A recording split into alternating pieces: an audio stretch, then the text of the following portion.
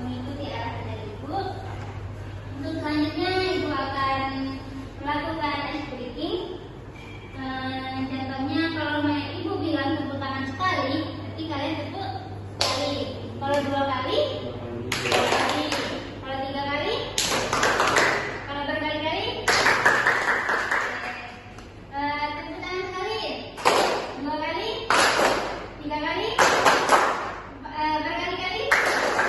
Terima kasih kepada anak-anak yang berpartisipasi dalam aktivitas ini. Baik, itu yang bertanya kepada anak-anak. Apa materi kita sebelumnya? Rukun iman itu. Oke, apa ada yang bisa menjelaskan apa itu rukun iman? Rukun iman adalah rukun ketika kita menjadi orang Islam. Oke, baik. Terima kasih kepada Chandra Tunima. Jawabannya sangat luar biasa. Minggu lalu Ibu sudah menjelaskan tentang rukun iman. Nah, dan Ibu juga sudah menginfokan materi yang akan kita pelajari hari ini. Apa lagi materinya? Sholat dalam bepergian. Oke, sholat dalam bepergian. Apakah ada yang tahu apa itu sholat dalam bepergian? Jelaskan. Sholat dalam berpergian adalah sholat yang kita lakukan ketika kita melakukan perjalanan. Oke, baik, bagus sekali Jamilatul. Tujuan kita belajar tentang sholat dalam bepergian supaya kalian mengetahui bagaimana pengertian dari sholat bepergian itu, macam-macam sholat bepergian itu apa saja. Oke, Ibu langsung menjelaskan tentang sholat dalam bepergian. Orang yang dalam bepergian jauh diperbolehkan memendekkan sholat yang dari 4 rakaat menjadi 2 rakaat, seperti sholat zuhur, sholat asar, dan juga sholat isya. Sholat yang dipendekkan itu dinamakan sholat qashar. Syarat sholat qashar itu ada 5. Yang pertama, perjalanannya jauh 16 farsah. 16 farsah itu seperti 80 km yang dikurangi menjadi 81 km. Contohnya, Dini pulang kampung dari sini ke Rahul. Itu sekitar berapa jam tadi Dini? 4 jam. Nah, kalau 81 km itu sekitar 2 jam kurang. Jadi itu diperbolehkan kita mengkosor sholat kita. Dari kamu mau berangkat waktu sholat zuhur, jadi kamu memendekkan sholat kamu jadi dari 4 rakaat menjadi 2 rakaat. Seperti itu ya Dini. Untuk teman-teman juga kalau kampungnya jauh itu diperbolehkan kita mengkosor sholat kita. Yang kedua, perjalanannya itu tidak untuk maksiat. Jadi kan niatnya kita mau balik kampung dengan bertemu dengan keluarga kan, itu kan tidak dalam keadaan maksiat. Jadi itu diperbolehkan. Selanjutnya sholat yang dikosor itu hanya yang 4 rakaat saja. Yang sholat maghrib kan 3 rakaat itu tidak boleh. Dan sholat subuh juga cuma 2 rakaat itu juga tidak boleh dikosor. Yang keempat,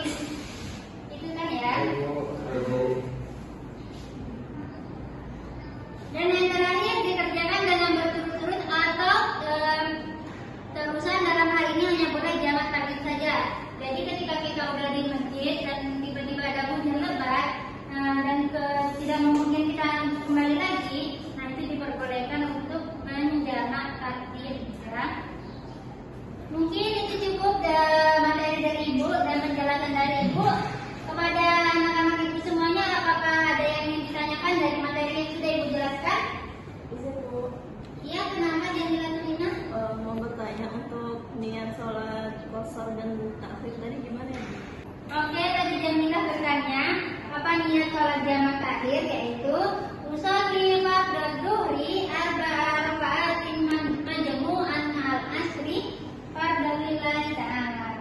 Itu ya. Bisa dipahami? Bisa. Oke, terima kasih kepada Jamilah Tunima yang sudah bertanya. Oke, mungkin anak-anak ibu sudah paham semua. Sekarang ibu akan memberikan tugas kepada kalian untuk mengerjakan tugas kelompok. Jadi tugasnya berkelompoknya dibagi dua ya. Ini untuk kelompok cewek dan ini untuk kelompok cowoknya. Oke? Tugasnya yaitu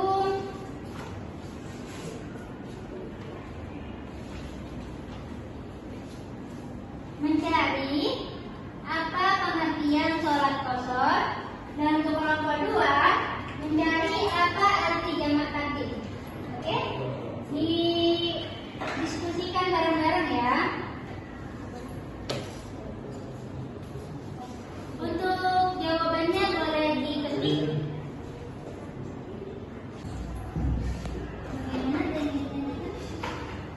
Berarti cuma satu aja kan mau sholat qashar tadi. Iya. Oke, ada yang benar. Berapa su? Apakah sudah selesai? Kelompok satu dan kelompok dua. Sudah Bu. Ya. Oke, yang selanjutnya untuk mempresentasikan setiap kelompok, satu orang boleh maju. Kelompok perempat.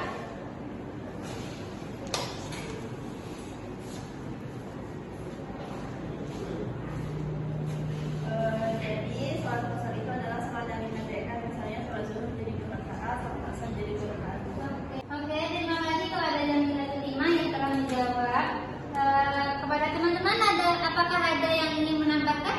Saya Bu. Oke, Radian dipersilakan maju ke depan. Untuk Jamilah Tunima boleh dipersilakan duduk. Baik, untuk sholat asar itu sholat dilakukan dalam keadaan berhujan. Oke, terus sama yang kelompok tadi. Jamak takbir. Ya. Kalau jamak takbir itu dikerjakan di waktu akhir sholat misalnya kita sholat asar dan di jamak takbir di sholat juga. Oke, terima kasih kepada Radian dan juga Jamilah Tunima yang telah mempresentasikan hasil diskusinya. Oke, boleh duduk kembali Radian. Terima kasih kepada dua kelompok yang telah menampilkan hasil diskusinya. Dan sebelum Ibu menutup pembelajaran, Ibu meminta kepada salah satu murid Ibu untuk memberikan kesimpulan dari materi yang sudah kita pelajari pada pagi hari ini. Kepada Dini Atari untuk memberikan kesimpulan.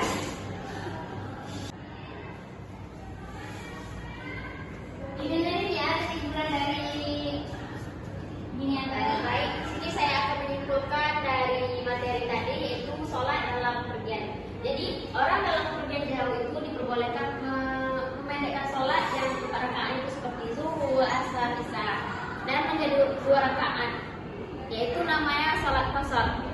Di antaranya itu ada perjalanan jauh, yang kedua yaitu perjalanannya tidak dituntut untuk maksiat.